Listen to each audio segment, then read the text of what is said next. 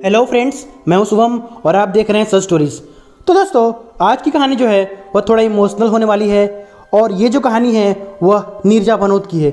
मैं जानता हूं दोस्तों, आप लोग में से बहुत लोग ऐसे होंगे जो नीरजा मूवी जरूर देखे होंगे। तो मैं आज इस वीडियो में उसी मूवी की असली सच्ची कहानी बताने जा रहा हूँ।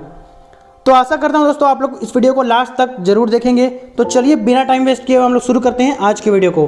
दोस्तों, ये कहानी शुरू होती है 1963 में, यानी 1963 में 7 सितंबर यानी 7 सितंबर 1963 को एक लड़की का जन्म होता है चंडीगढ़ में, पंजाब राज्य में। वो लड़की का जो नाम है वो नीरजा भनोत रखा जाता है। उसके माता पिता जो थे वो नॉर्मल घर से आते थे। उनके जो पिता थे वो एक जर्नलिस्ट थे और माता जो थी वो हाउसवाइफ थी। तो वो लोग नॉर्मल घर से आते थे और वो लोग अपना जीवन यापन वहाँ पे कर रहे थे। नीरजा जो है वो धीरे धीरे अपनी पढ़ाई वहाँ पे पूरी करती है और धीरे धीरे वो बड़ी होती है। कुछ दिनों बाद नीरजा के माता पिता जो है वो मुंबई शिफ्ट कर जाते हैं। तो नीरजा भी जो है उनके साथ मुंबई आ जाती है और अपनी जो है पढ़ाई वगैरह कंटिन्यू रखती है। 22 साल की उम्र में, जब नीरजा 22 साल की होती है, नीरजा की शादी हो जाती है। मैं जानता हूँ दोस्तों ये जो उम्र है वो थोड़ी कम है उस टाइम पे, क्योंकि उस टाइम पे जो थी वो लोगों की यानी लड़की की जो शादी थी वो जल्दी हो जाती थी। तो इसलिए नीरजा की जो शादी है उस टाइम पे जल्दी हो गई। उसका जो पति था वो गल्फ में काम करता था, तो इसलिए नीरजा शादी के बाद जो है वो उसके साथ गल्फ में रहने चली गई। लेकिन कुछ दिनों बाद नीरजा को ये पता चलता है कि उसके जो सास ससुर हैं वो नीरजा के फैमिली को परेशान कर रहे हैं दहेज के मामले को लेकर। तो वो उसे ये सब अजीब लगता है और वो सोचती है कि मैं अगर ये रिलेशनशिप, ये मैं शादी अगर कंटिन्यू करूँगी तो मेरी ज़िंदगी जो है वो तबाह हो जाएगी और मैं खुश नहीं रह पाऊँगी कभी। तो वो वहाँ से किसी तरह छुप छुपा कर, बच बचा कर वो इंडिया वापस आ जाती है अपने पति को वहाँ पर छोड़कर। और आने के बाद वो फैमिली को ये सब बताती है।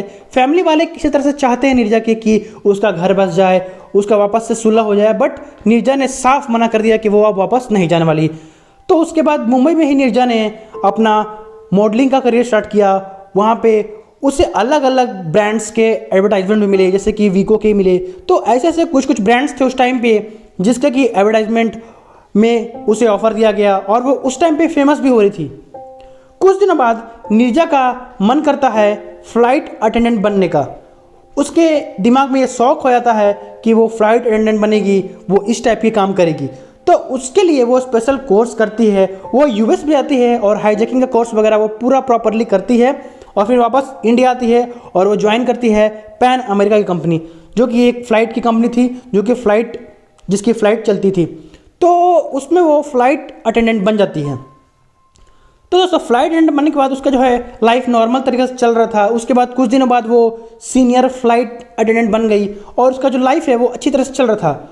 अब आती है वो दिन, यानी 5 सितंबर 1986, यानी नीरजा के जन्मदिन से 2 दिन जस्ट पहले मुंबई में पैन अमेरिका की पैन एम 73 फ्लाइट जो थी वह मुंबई से यूएस जाने वाली थी, इस्लामाबाद और जर्मनी के फ्रैंकफर्ट होते हुए।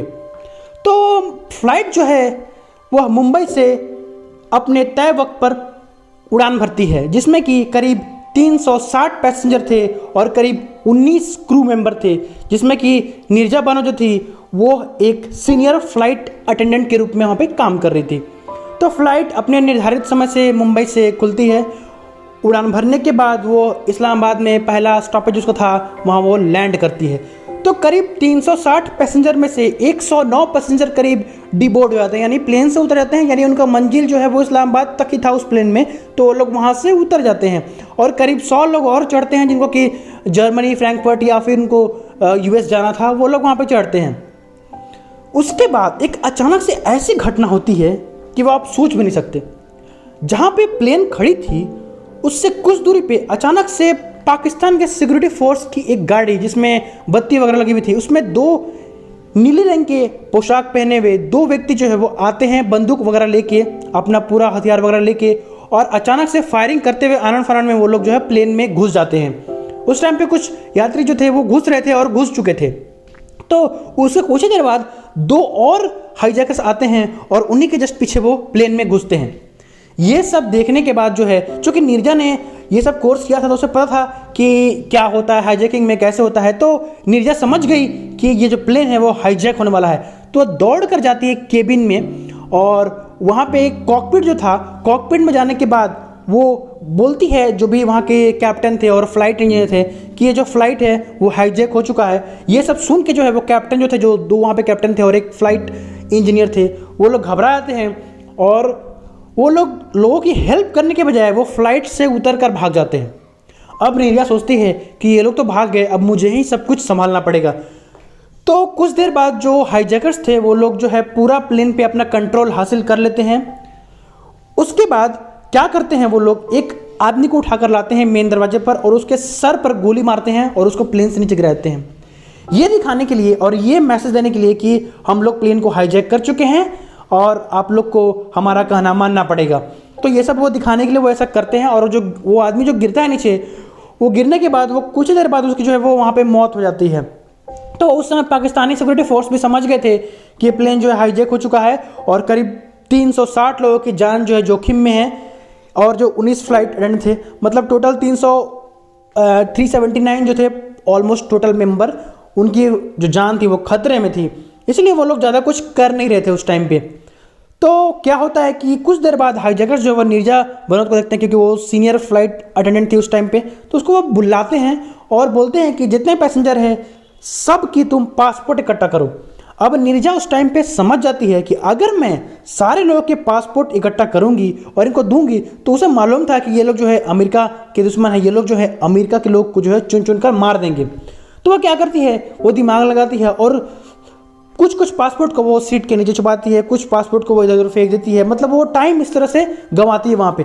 ये सब देखकर वहाँ के जो हाईजैकर्स थे उस टाइम पे वो लोग गुस्सा हो गए और वो लोग क्या किए, चुन चुन कर लोग को मारना शुरू करते हैं। जैसे उनको जो लगता है कि ये आदमी जो है वो अमेरिका से होगा, तो वैसे चुन के वो मारने शुरू करते हैं। ये सब जब वो लोग कर रहे थे, उसी दौरान नीरजा अपना दिमाग लगाती है और चुपके से वो जो एग्जिट डोर थी प्लेन की वो खोल देती है और धीरे धीरे करके पहले बच्चे और कुछ कुछ लोग को वो उतारने लगती है। क्योंकि उस टाइम पे हाईजैकर लोग का ध्यान उस पर नहीं गया था, तो वो करीब कहा था 8 से 10 लोग को जो उतारी होगी। उतारने के बाद एक हाईजैकर जो था उसे देख लेता है और वो दौड़ कर वहाँ पहुँचता है और नीरजा को वो हटाकर उन लोग पर गोली चलाने की कोशिश करता है। बट उसी टाइम पे नीरजा जो है वह सामने में आती है और वो जो हाईजैकर था वो लगातार धन धनाधन करीब बहुत सारी गोली नीरजा पे चला देता है, जिससे जो है नीरजा की उसी टाइम पर मौत हो जाती है। ये काफ़ी दुखद है। मौत होने के बाद नीरजा की वहाँ पे बॉडी पड़ी हुई रहती है और हाईजैकर्स फिर अपना काम करने लगते हैं। करीब कहा जाता है 17 घंटे बाद, यानी रात के समय में पाकिस्तान में, जब उनके पास सारा गोला बारूद ख़त्म हो जाता है तब, और वो लोग ये भी देख लेते हैं कि कॉकपिट में कोई नहीं है, कोई कैप्टन नहीं है, और वो कैप्टन की डिमांड भी करते हैं पाकिस्तानी सरकार से, बट कोई उन्हें कुछ देता नहीं। तो उनके पास गोला बारूद भी खत्म हो गया था। तो पाकिस्तानी सिक्योरिटी फोर्स समझ गए कि अब हमें इन्हें पकड़ सकते हैं। तो वो लोग जाके उन लोगों को पकड़ लेते हैं और करीब उतने लोगों की जो जान है वहाँ पे बच जाती है। तो नीरजा की इस बहादुरी से बहुत लोगों की जो जान है वो बच गई उस टाइम पे। तो बाद में ये पता चला कि वो लोग जो थे वो फिलिस्तीनी आतंकवादी थे, फिलिस्तीनी संगठन से वो लोग ताल्लुक़ रखते थे और उनके बहुत सारे लड़ाके जो थे वो अलग अलग देश में थे, जेल में बंद थे। तो वो चाहते थे कि वो हाईजैक के द्वारा वो लोग को वहाँ से छुड़ा लाएं, बट ये हो नहीं पाता है और उन लोग को फिर पाकिस्तान सरकार सजाए मौत देती है। एक जो वहाँ का लीडर था उसको वो लोग यूएस भेज देती है। तो यूएस उस पर जो है वो कार्रवाई करता है और उसे 160 साल की उम्र कैद देता है।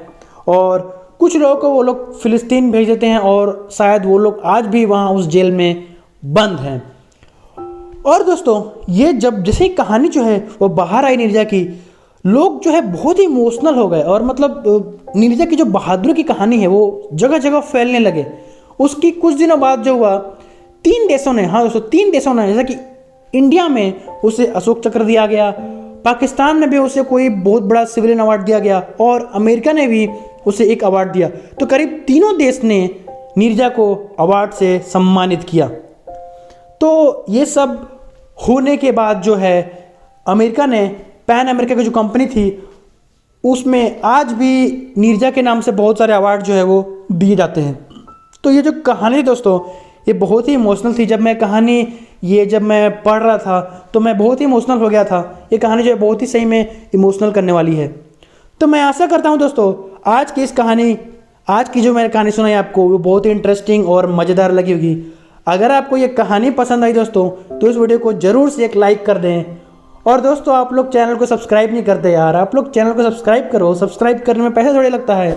आप लोग के वीडियो के नीचे जो लाल बटन है उसको आप लोग दबा दो और उसके बगल में जो घंटी का निशान है उसको भी दबाना मत भूलना आप लोग को, जिससे कि जो है मेरे लेटेस्ट वीडियो के नोटिफिकेशन आपको तुरंत ही मिल जाएंगे।